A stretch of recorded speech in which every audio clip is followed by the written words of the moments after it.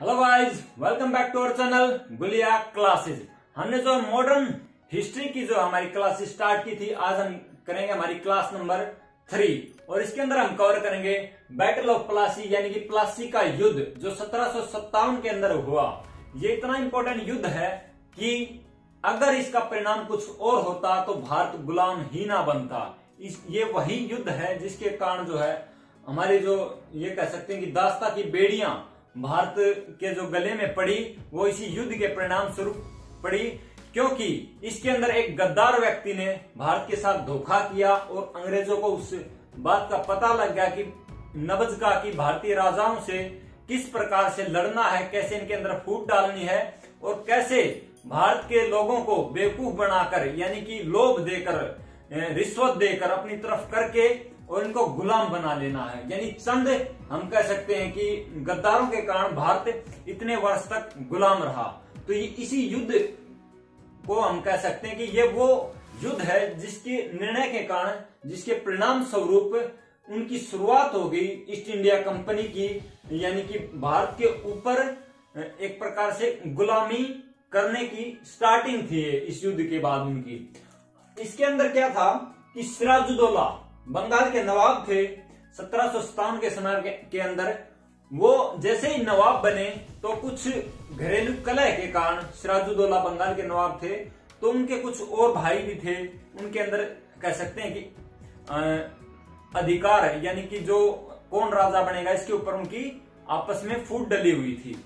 तो इसी फूट के कारण जो है कुछ उसका विरोध कर रहे थे कुछ लोग, लेकिन सिराजुद्दौला एक देशभक्त व्यक्ति थे। वो अंग्रेजों से बहुत ईर्ष्या भी करते थे, क्योंकि ये जो है अंग्रेज, इनकी नीतियों से वो बखूबी परिचित थे कि कैसे ये लोग षड्यंत्र कर करके जो है हमें व्यापारिक नुकसान पहुंचाते हैं, जो व्यापार के अंदर इनको छूटे दी गई इनको गलत इस्तेमाल करते हैं। तो भली प्रकार से परिचित थे इन चीजों से, तो उनसे चिड़े हुए थे। एक बार क्या हुआ कि ये जो फ्रांसीसी और जो ईस्ट इंडिया कंपनी, ये लोग व्यापार के अंदर अपना आधिपत्य जमाने की कोशिशें कर रहे थे। इसी बीच इनके अंदर जो है लड़ाई झगड़े होते रहते थे। तो इसीलिए उन्होंने क्या स्टार्ट कर दिया था, उन्होंने किलेबंदी स्टार्ट कर दी थी। और सिराजुद्दौला जानते थे कि किलेबंदी करना हमारे लिए इन फ्यूचर जो है खतरनाक सिद्ध हो सकता है। तो उन्होंने क्या किया, उन्होंने ये किया कि उस किलेबंदी को रुकवाया, लेकिन अंग्रेजों ने उनकी बात को इग्नोर कर दिया। और एक और बात थी कि जैसे ही सिराजुद्दौला नवाब बने थे तो उससे पहले तक क्या होता था, जो भी नवाब बनते थे उनको ये विदेशी जो यहाँ पर व्यापार करने के लिए आए हुए हैं तो उनको एक भेंट दिया करते थे, नजराने भेंट किया करते थे, उनके दरबार में हाजिरी लगाने जाया करते थे। लेकिन अंग्रेजों को पता था कि ये जो है इनके सख्त खिलाफ है। उन्होंने उसको जो एक प्रकार से इस चीज का बॉयकॉट कर दिया कि वो दरबार के अंदर ही नहीं गए सिराजुद्दौला के, कि वो उसको समझ नहीं थे कि ये नवाब भी है।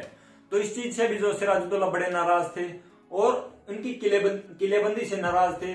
तो क्या हुआ, उन्होंने एक बार जो अंग्रेज जो है एक 18x14 का कमरा था, उसके अंदर भारतीयों को जो बंदी होते थे उनको जो रखते थे या फिर उनको रखा जाता था। तो सिराजुद्दौला ने क्या किया कि एक बार जब वो एक कासिम बाजार के अंदर थे तो वहां पर कुछ अंग्रेजों ने जो है कह सकते हैं कि लड़ाई झगड़ा करने की कोशिश की। तो इन्होंने क्या किया, उन जितने भी अंग्रेज थे वहां पर उनको यानी 100 से ऊपर थे, उनको एक उसी कमरे के अंदर ठूस ठूस के भर दिया। इसको ब्लैक होल की घटना कहा था, क्योंकि उस कमरे के अंदर ऑक्सीजन की कमी के कारण फिर क्या है वो अंग्रेज ज्यादातर मारे गए। उनमें से कुछ ही चंद लोग बचे। उन्होंने जाकर जो है यानी कि ईस्ट इंडिया कंपनी के अधिकारी उस वक्त थे रॉबर्ट क्लाइव, उनको जाकर जानकारी दी। तो जो है अंग्रेजों ने इसका विरोध भी करना चाहा कि हम जो इसका जवाब देंगे, लेकिन उनकी औकात नहीं थी उस वक्त। जिस वक्त युद्ध की स्थिति मंडरा रही थी तो रॉबर्ट क्लाइव जो वैसे तो चाह रहे थे कि हम बदला लें, लेकिन उनकी इतनी हिम्मत नहीं हो रही थी कि सिराजुद्दौला का विरोध कर पाए, क्योंकि सिराजुद्दौला एक कह सकते हैं सशक्त और बड़े ही सुलझे हुए कह सकते हैं राजनेता थे उस वक्त के। उन्होंने जो इनका कड़ा विरोध भी कर रखा था, अंग्रेज वैसे ही इनका दबदबा मान रहे थे। एक ऊपर से ब्लैक होल की घटना हो गई तो उनके अंग्रेजों के दिमाग में था कि कोई ना कोई षड्यंत्र करके सिराजुद्दौला को हटाया जाए। लेकिन वो ये भी भली बात ही जानते थे कि अगर आमने सामने की लड़ाई हुई तो वे सिराजुद्दौला के सामने चंद घंटे या मिनट तक नहीं रोक सकते, क्योंकि जिस वक्त हम कह सकते हैं प्लासी का युद्ध हुआ, अंग्रेजों के पास सिर्फ 300 सैनिक थे और सिराजुद्दौला के पास 18,000। तो आप देखिएगा कि कैसे गद्दारी के कारण भारत इस युद्ध को हारा और इसके परिणाम स्वरूप और दूरगामी परिणाम हमें गुलामी के रूप में गुजारने पड़े थे। इसी युद्ध का परिणाम थे वे।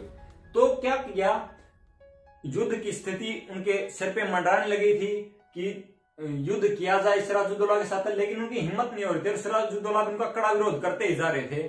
तो उस वक्त जो ब्रिटेन के अंदर एक लाइब्रेरी है जहां पर डॉक्यूमेंट्स रखे जाते हैं, हमारी जब हम गुलाम थे उस वक्त के जो भी डॉक्यूमेंट्स हम वहां पर सेव रखे गए हैं, उनके अंदर जो उनके लेटर लिखे गए हैं, 2 लेटर लिखे थे रॉबर्ट क्लाइव ने जो ब्रिटिश पार्लियामेंट को, कि अगर सिराजुद्दौला से लड़ाई करनी है तो उसे और सैनिक चाहिए, वरना वो युद्ध नहीं जीत सकता है। वो बिल्कुल भीख मांग रहा था, बहुत ही डरा हुआ था। लेकिन जब उसे लगा युद्ध करना पड़ेगा और उधर से भी कोई सहायता नहीं आ रही है, पार्लियामेंट की तरफ से भी कोई उसको जो संतुष्टिपूर्ण जवाब नहीं मिल रहा है, तो उसने क्या किया है, उसने अपनी एक कपटपूर्ण नीतियां लगानी शुरू की। उसने क्या किया, अपने गुप्तचरों को बुलाया और उनसे कहा कि किसी ऐसे व्यक्ति को ढूंढो जो सिराजुद्दौला का विश्वास पात्र हो और रिश्वतखोर हो, जिसे हम रिश्वत देकर अपनी तरफ मिला लें और जो है इस युद्ध को किसी प्रकार से षड्यंत्र करके जीत जाएं।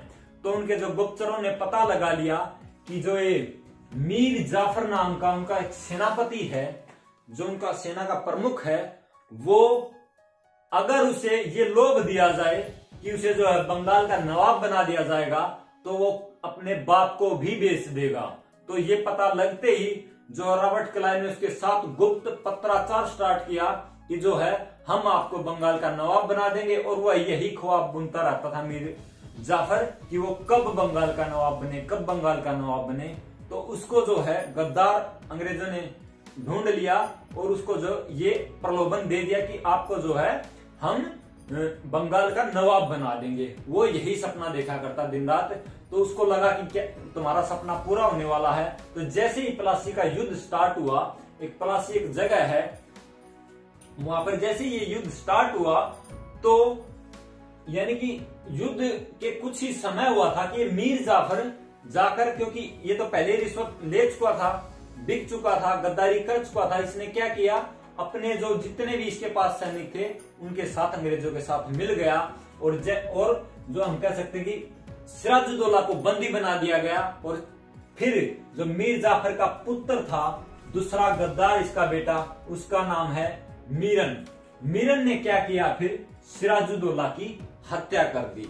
और इस प्रकार जो है एक महान योद्धा सिराजुद्दौला, बंगाल का नवाब, वो जो है मर गया। और उसके बाद जो अंग्रेजों ने अपना वादा तो पूरा किया, यानी मीर जाफर को बंगाल का नवाब तो बना दिया, लेकिन उसे कठपुतली नवाब कहा जाता है। क्या रीजन है, क्योंकि उसके बाद इन्होंने जो अंग्रेजों ने ईस्ट इंडिया कंपनी के जो कमांडर हुआ करते थे उस वक्त, लॉर्ड रॉबर्ट क्लाइव, उन्होंने क्या किया कि अपने आप को वहां का गवर्नर बनवा लिया। गवर्नर मीन्स कि यानी कि वो वहां पर एज ए गवर्नर काम करेगा और द्वैध शासन पद्धति ले आए। द्वैध शासन पद्धति का अर्थ था कि जिसके अंदर क्या होता है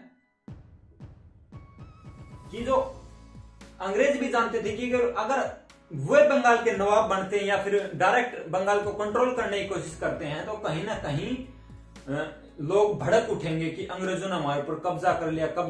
तो वो लोग क्या है, उनका विरोध करेंगे और एट लास्ट उनको जो है भागना पड़ेगा। वो भले तरीके से बिल्कुल परिचित थे इस बात से, इसलिए उन्होंने एक तरीका निकाला, कूटनीति लगाई कि द्वैध शासन पद्धति शुरू की। उसके अंदर क्या होता था कि दिखाने के लिए तो नवाब मीर जाफर हैं, लेकिन सारा कंट्रोल जो किसके पास पहुंच गया, गवर्नर के पास पहुंच गया था शासन प्रशासन का। यानी कि वो तो सिर्फ दिखावे का कह सकते हैं नवाब था, पूरी पावर तो रॉबर्ट क्लाइव के पास रहने लगी, इसलिए उसको कठपुतली नवाब भी कहा जाता है। यानी कि यहां से शुरुआत होगी अंग्रेजों की एज ए पॉलिटिकल इंटरफेरेंस उन्होंने जो हमारे कह सकते हैं कि देश के अंदर करना स्टार्ट कर दिया। इस वक्त गवर्नर हो गए और उसके बाद इस युद्ध के परिणाम स्वरूप उनको बहुत सा हर्जाना भी जो है मीर जाफर ने दिया, करोड़ों में दिया उस वक्त।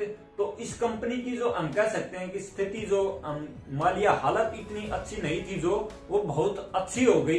इन्होंने अपने सिस्टम को और अच्छे से चलाना स्टार्ट कर दिया। करोड़ों रुपए उस वक्त यानी कि 1757 के अंदर किसी को दिए जाएं तो बहुत बड़ी रकम थी और उन्होंने जो है उसकी स्थिति बहुत मजबूत हो गई। इसके बाद तो इन्होंने क्या कर दिया, इसकी कह सकते हैं कि मीर जाफर की कोई बात नहीं मानी जाती थी, सिर्फ इसको इसलिए बैठा रखा था कि लोग ये देखेंगे नवाब ये है, हम तो कुछ नहीं, हम तो व्यापारी हैं, सिर्फ ये दिखाने के लिए। तो इस प्रकार ये दुर्भाग्य हुआ भारत का और इसके परिणाम स्वरूप हमने जो दास्तां की हमारी जो कहानी शुरू हुई थी, तो अब हम इसके जो है कुछ इंपोर्टेंट पॉइंट्स जो एग्जाम पॉइंट ऑफ व्यू से इंपोर्टेंट होते हैं उनको हमने नोट डाउन कर दिया। अगर आप चाहें तो इनका स्क्रीनशॉट ले लिए और हमारी ये वीडियो आपको अगर पसंद आ रही है तो इसको लाइक कीजिए, हमारे चैनल को सब्सक्राइब कीजिए, शेयर कीजिए इन वीडियोस को, ताकि जो और आपके साथी हैं जो एग्जाम प्रिपरेशन कर रहे हैं उनको जो अच्छी कोचिंग नहीं कहीं मिल रही है तो उनको भी जो है हेल्प हो सके। तो आइए इनके इंपोर्टेंट पॉइंट हम देखते हैं। सिराजुद्दौला क्या है? बंगाल के नवाब को ईस्ट इंडिया कंपनी की सेना ने हराया, जिसका नेतृत्व कौन करे थे? Lord Robert Clive. यानी कि जब युद्ध हुआ प्लासी का तो उस तरफ तो बंगाल के नवाब थे और इस तरफ थे लॉर्ड रॉबर्ट क्लाइव जो ईस्ट इंडिया कंपनी का नेतृत्व कर रहे थे। एक और बात ध्यान रहे कि जो मीर जाफर है सिराजुद्दौला का सेनापति था उस वक्त। तो मीर जाफर के बेटे मिरन ने, मैंने आपको पहले बता चुका हूं कि इन्होंने धोखा किया और बाद में इसके बेटे मिरन ने जो है सिराजुद्दौला की हत्या कर दी। नेक्स्ट पॉइंट हमारा है ईस्ट इंडिया कंपनी ने बताया था आपको कि मीर जाफर को बंगाल का नवाब बना दिया। रॉबर्ट क्लाइव बन गए प्रथम गवर्नर और उसके बाद बंगाल में इन्होंने द्वैध शासन पद्धति की शुरुआत की, जो मैं आपको बता चुका हूं कि सिर्फ जो राजा है यानी कि नवाब है वो तो सिर्फ एक मूर्त की तरह बैठा रहेगा, जैसे उसके पास कोई पावर नहीं छोड़ी उन्होंने, और कंट्रोल गवर्नर करता रहेगा। अगला आता हमारा मीर जाफर को बंगाली कठपुतली नवाब। ये भी बड़ा एक कह सकते हैं इंपोर्टेंट क्वेश्चन बनता है, बार बार रिपीट होता है एग्जाम के अंदर। और इस युद्ध के परिणाम स्वरूप यानी कि भारत के लिए बहुत ही युद्ध के जो परिणाम है बहुत ही दुर्भाग्यपूर्ण रहे और क्योंकि इसके परिणाम स्वरूप भारत को दास्ताई कहानी स्टार्ट हुई। तो अब हम जैसा कि हर क्लास के अंदर करते हैं कि जो भी एग्जाम पॉइंट ऑफ व्यू से किसी भी टॉपिक के अंदर इंपॉर्टेंट पॉइंट होते हैं हम उनको हमारी इमेजिनेशन ट्रिक से याद करते हैं, ताकि जब टाइम का प्रेशर पड़े तो हम उनको भूले ना, एक स्टोरी के माध्यम से हम जो उसको याद कर पाए। तो सबसे पहले क्वेश्चन बनता है इसके अंदर कि 1757 में बंगाल का नवाब कौन था? सिराजुद्दौला। इसको कैसे हम याद रखेंगे?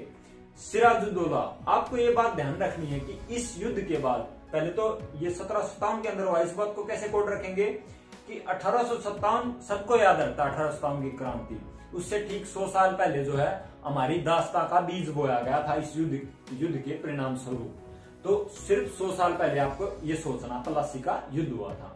और बंगाल के नवाब के लिए हम कैसे याद करेंगे कि सिराजुद्दौला। सिराजुद्दौला से हमें फीलिंग आ रही दिमाग के अंदर की सिर, क्योंकि बंगाल उस वक्त बड़ा ही एक कह सकते हैं संपन्न प्रदेश था और वहां पर कब्जा कर लेना एक प्रकार से भारत के सिर के ऊपर, अगर किसी व्यक्ति के सिर के ऊपर वार किया जाए तो वो कह सकते हैं कि धराशायी हो जाएगा। इसी प्रकार अगर हमारे देश के सिराजुद्दौला को उस वक्त जो इन्होंने मार दिया, हरा दिया इस युद्ध के अंदर, तो कैसे याद रखेंगे? बंगाल का नवाब कौन था प्लासी युद्ध में? सिर से स्टार्ट कर रहे हैं, क्योंकि यहां से ही कब्जा करना स्टार्ट किया जाता है, यहां से गुलामी स्टार्ट होती है। सिराजुद्दौला, सिर को हराकर, दिमाग को हिराकर ही हम जो है किसी के ऊपर कब्जा कर सकते हैं, यानी कि सिर से सिराजुद्दौला जो उस वक्त बंगाल के नवाब थे। और मेन बात आती है उसके बाद ईस्ट इंडिया कंपनी का नेतृत्व कौन कर रहे थे और जो है बंगाल के प्रथम गवर्नर कौन थे। तो मैं इसके लिए आपको बता दूं, एक बड़ी ही कह सकते हैं कि मुहावरा प्रचलित है कि उंगली पकड़ के पहुंचा पकड़ना, यानी कलाई भी बोलते हैं इसको, कलाई पकड़ना। तो हम क्या करें, अंग्रेजों ने धीरे धीरे व्यापार के माध्यम से हमारी उंगली पकड़ी, अनुमति मांगी भीख मांग मांग के, और फिर जो है इस युद्ध के माध्यम से कलाई पकड़ दी हमारी। तो यानी कि अंग्रेजों का सेना का नेतृत्व कौन कर रहा? कलाई से रॉबर्ट क्लाइव। और दूसरा क्वेश्चन ये याद रखना है कि बंगाल का प्रथम गवर्नर कौन था। प्रथम गवर्नर था रॉबर्ट क्लाइव। क्लाइव से आपको याद रखना कि रॉबर्ट क्लाइव, उन्होंने जो हमारी कलाई पकड़ ली, उंगली पकड़ के कलाई पकड़ ली थी उस वक्त। और मीर जाफर कठपुतली नवाब था, आप सब जान चुके होंगे अब तक।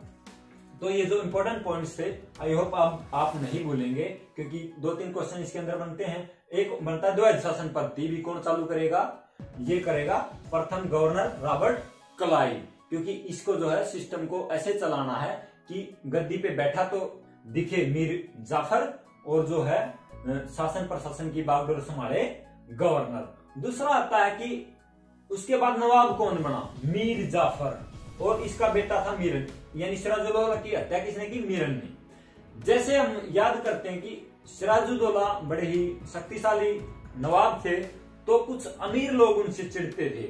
उस वक्त के अमीर सेठ जो घपले कर करके अमीर बने हुए थे, गद्दार लोग, तो यानी उससे याद रखें किसने मारा, मीर जाफर। मीर से भी अमीर की फीलिंग आ रही है, यानी अमीरों ने उसको मारा, मीर जाफर, और उसका बेटा भी क्या है, मीरन। मीर जाफर का बेटा है मीरन, उसने जो सिराजुद्दौला की हत्या की थी। आई होप हमने सभी जो हमारे इंपोर्टेंट पॉइंट थे, जो एग्जाम पॉइंट ऑफ व्यू से बहुत ज्यादा इंपॉर्टेंट होते हैं, इससे जो रिपीटेडली क्वेश्चन आते रहते हैं, तो हमने जो उनकी एक इमेजिनेशन की है, जो हमारे दिमाग के अंदर जो है लॉन्ग टर्म तक रहेगी। और हम जो है जब हमारा एग्जाम होगा सिर्फ एक बार रिवाइज कर लेंगे, या फिर इस वीडियो को एक बार और देख लेंगे, सुन लेंगे, तो आपको रिकॉल हो जाएंगी सारी चीजें, और आप जो है बिल्कुल हम कह सकते हैं बिल्कुल कह सकते हैं आराम से अपने जो इसके क्वेश्चंस जो इससे बनते हैं प्लस के यूज से आप अटेम्प्ट कर पाओगे। आई होप आपको ये पसंद आई होगी क्लास। अगर आपको पसंद आए तो हमारे चैनल को सब्सक्राइब कीजिए, वीडियोज को लाइक कीजिए, शेयर कीजिए। Thank you. जय हिंद, जय भारत।